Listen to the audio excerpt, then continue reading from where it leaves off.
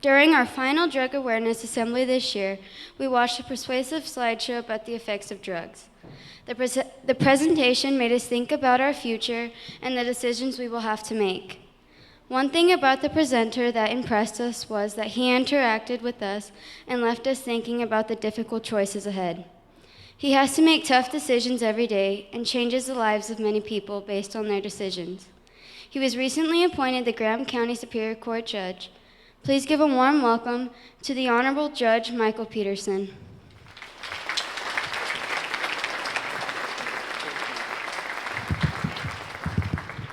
Good evening, everyone. Thank you so much for the privilege and the opportunity that I have to come to visit with you today. I had the privilege of meeting this outstanding group of young people, and I would first of all like to tell Rachel how proud of her I am. That was wonderful. In life, sometimes we fall down. It's not if you fall down, because we're all going to do that. It's whether you're going to get back up. How many of you guys have ever ridden a horse and gotten knocked off the horse? I want to show of hands. I want to see. All right, I see some hands. Nobody up here? No hands? All right, a couple sheepish hands. Yeah, several times I'm hearing. That explains some things, right? What I want to do is tell you a little bit about what I do every day, but also I want to talk about the motto that you've selected, which I think is an outstanding motto. I want to share with you a day in my life professionally. Now, personally, my wife and I have been blessed with 5 children. Alyssa, Charlotte, Ella, Madison, and Rachel. So I have 5 daughters. I have no sons. 3 teenage daughters in my house. So you can imagine how much of a treat it is for me to come and talk to you today and not have to deal with the drama at my house. My wife is not very pleased, but I'm thrilled to be here with you. I'm planning on speaking for 5 or 6 hours just to try to stay away a little bit from that. But in my professional life, I show up to work, and almost every day, I deal with problems that people have. And almost without exceptions, those problems are self-inflicted. Most of the people that I deal with on a daily basis have a problem with illegal drugs or substances, and they've abused those substances, and it has consequently caused them to do things that they probably would not have otherwise done. And I told these young people, and I'd like to share with you as well, the fact is that many of the people that I see are not bad people. Some of them are. That's why we have prisons. That's why we have Fort Grant out here. That's why we have other prisons. Bad people should be in prison. But there are many people that, for purpose of our discussion, have essentially done this to themselves. You choose whether to use illegal drugs or not. And that was my message to the students a few weeks back when I was here. Now, I want to talk with you about the quote that you selected. The best way to predict the future is to create it. I believe very strongly that in this life, we must create the circumstances that we want. We find them, and if we're not able to find them, then we have to create them. And I want to exhort these young people. I loved the different stories that you had and your predictions for the future. And I can't wait to see how it unfolds. But it's up to you what your future will hold. And I can't wait, because it sounds like you've got some wonderful things ahead of you. Do not shortchange yourselves by using illegal drugs or substances. Do not do it, because that leads to a life of ruin. It leads to a life of misery. It's what I have to deal with every day. Now, I want to talk with you as well, and I want to give you 3 pieces of advice. The first, for these young people as well as for all of us, if you can see it, you can be it. Now, that's kind of a corny little rhyme, but I want you to understand I mean that. Any one of you could have exactly the life that you just talked about having. And there was somebody who was going to be traveling all over the world and then find their future husband in Hawaii. Who was that? I want to see you raise your hand. Okay, that was Taylor. All right. Why not? There was somebody that was going to be a motorcycle mechanic. Who is that? Who's going to be the motorcycle mechanic? Why not? The idea that I want to tell you is life is short. And if you want to do something, then do it, and do it to the very best of your ability. Don't let anything stop you, including and especially illegal drugs. Do not do that.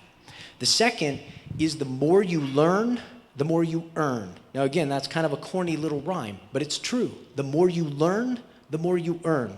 There's a strong correlation between the amount of money that you make and the amount of education that you have and the things that you know. Now, I want to be very clear. Education is not all about going to school. I went to college for a long time. Some of the dumbest people I know are college graduates. Can I get an amen on that? Isn't that true? The reality is, unfortunately, I didn't take advantage of some things when I was younger.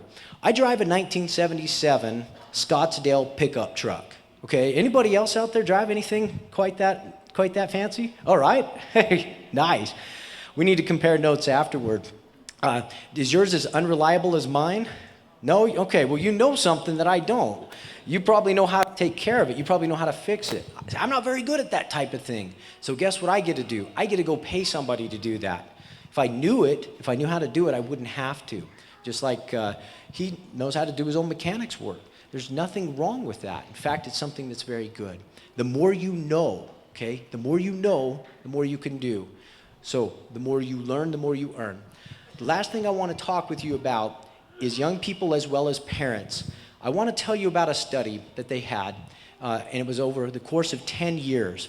And this was featured in Time magazine a couple years back. It was a study at a university, and they had a study of 500 families. And they wanted to figure out what was the most common ingredient of success of the children. What was the single most important factor? And it will surprise you. I bet you if I had you guess, you wouldn't guess if I gave you 100 chances. At least I wouldn't have. And the answer is that the families that were most successful had one meal a day together as a family. That may surprise you. It has nothing to do with money, has nothing to do with opportunities in life to do certain things. It had to do with that. They took the time to do that. And so parents, how many of you are, and it's okay, I'm raising my hand, how many of you remember Leave It to Beaver, the TV show? Can I get a show of hands? All right, all the old people in the room, you remember just like me. All right, okay, you remember? No, okay, no, I meant seasoned, experienced people in the room, just like me. You remember in that TV show, it's a 30-minute program, and what happened was, and you guys, do you even know what Leave It to Beaver is? Okay, a couple of you? Okay, go home and Google it. Ask your parents about it. What happened is there was a mom and a dad, and there were two brothers. One of them was named Beaver. That's why they would always call it Leave It to Beaver. His brother's named Wally.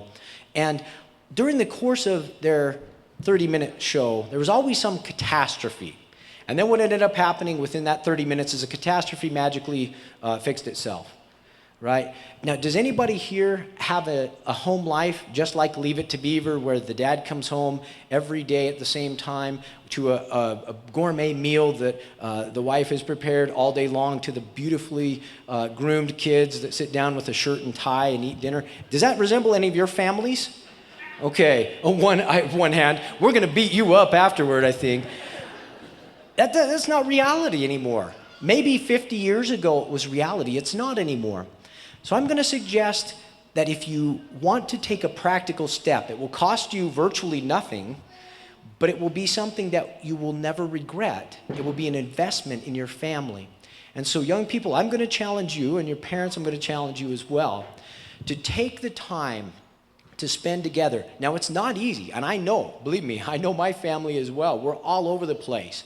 And it's very difficult sometimes. But if you make it a priority, I promise you it will pay great dividends. Because the people that I deal with all day, every day, often didn't have that. You don't have to have a perfect family. Nobody here has a perfect family.